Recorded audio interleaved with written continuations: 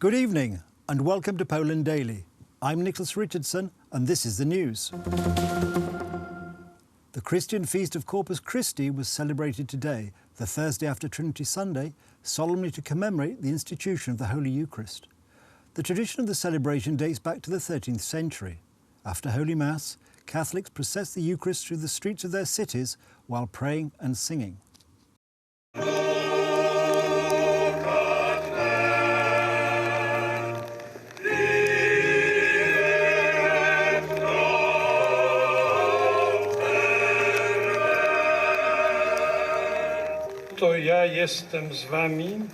While blessing his church, he will answer, "And behold, I am with you always, until the end of the age." We hear these words from the cathedral at the Piłsudski Square in Warsaw every year. We know that these words are true thanks to the Eucharist. Jesus Christ is with us. He is with us. We believe in that, and we want to confess our faith. A summit meeting of the European Union was held today in Brussels with the participation of the Prime Minister of Poland, Mateusz Morawiecki.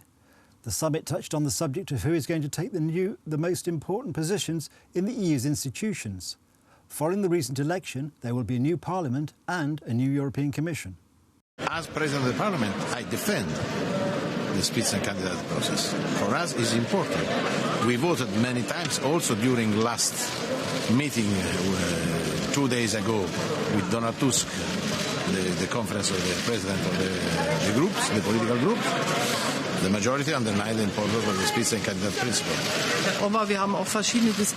Conducting many different discussions about who's going to take the most important positions in the EU's parliament. We probably won't decide today, but that's fine. The most important thing is that we hear many interesting ideas. Austauschen und so kann es sein, dass es heute noch. But the sense I have is that we won't be in a position to elect a new Commission President or a new Council President today.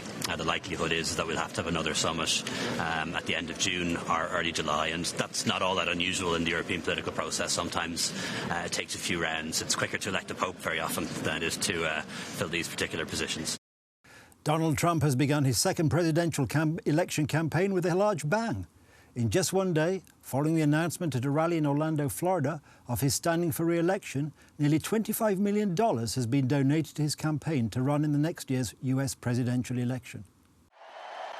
Ronna McDaniel, chairwoman of the Republican National Committee, announced a great success just one day after the official announcement of the upcoming presidential campaign of Donald Trump. The party's bank account grew by exactly $24,800,000. Such a result shows a significant financial advantage of the incumbent president over the Democratic Party. The motto of Donald Trump's current campaign is "Keep America Great." The United States presidential election will take place on November 3rd, 2020.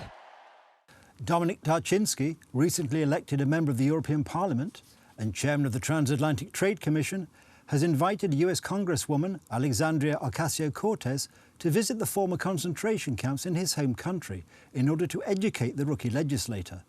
The invitation came in response to the 28-year-old member of Congress recently having suggested that the Trump administration was running concentration camps near the United States southern border.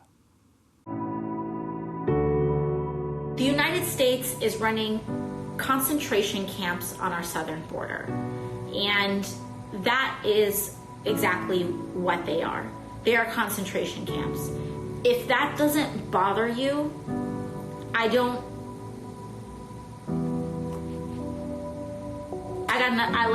we can have, okay, whatever. I want to talk to the people that are concerned enough with humanity to say that we should not, that never again means something, and that the fact that concentration camps are now an institutionalized practice in the home of the free is extraordinarily disturbing. Mr. Tarczynski, thank you for joining us. It seems that politicians these days are very quick to bandy about terms like concentration camp. When you heard this remark by the newly elected Congresswoman Alexandra Cortez, what was your reaction? It's just unacceptable. It's just unacceptable to compare the people who lost their lives in the concentration camps to those who are illegal migrants. It's just unacceptable. We cannot accept that. We have to react, and that my letter and my invitation for Congresswoman to come to Poland is the answer for her reaction. It's just unacceptable to use this kind of terms for the political reasons. It's just outrageous. That's why I invited her. I want her to see the real concentration camps where people lost their lives, and I want her to come to Poland and see the history which she doesn't know. Thank you. And do you expect her to accept your invitation? I really do. I really do. I'm ready to pay for her travel. I'm ready to pay for her hotel. I'm ready to pay for her education. I don't want anyone in the world to spread this kind of words. I don't want anyone to compare illegal migration to those who lost their lives in Poland, in any other place, in concentration camps, which were created by Germany. It's just outrageous. We can't be silent. That's the news. Thank you for joining us. Do stay with us for Poland Daily Weather, Poland Daily Business and more programmes. But from me, it's have a good night and a better tomorrow.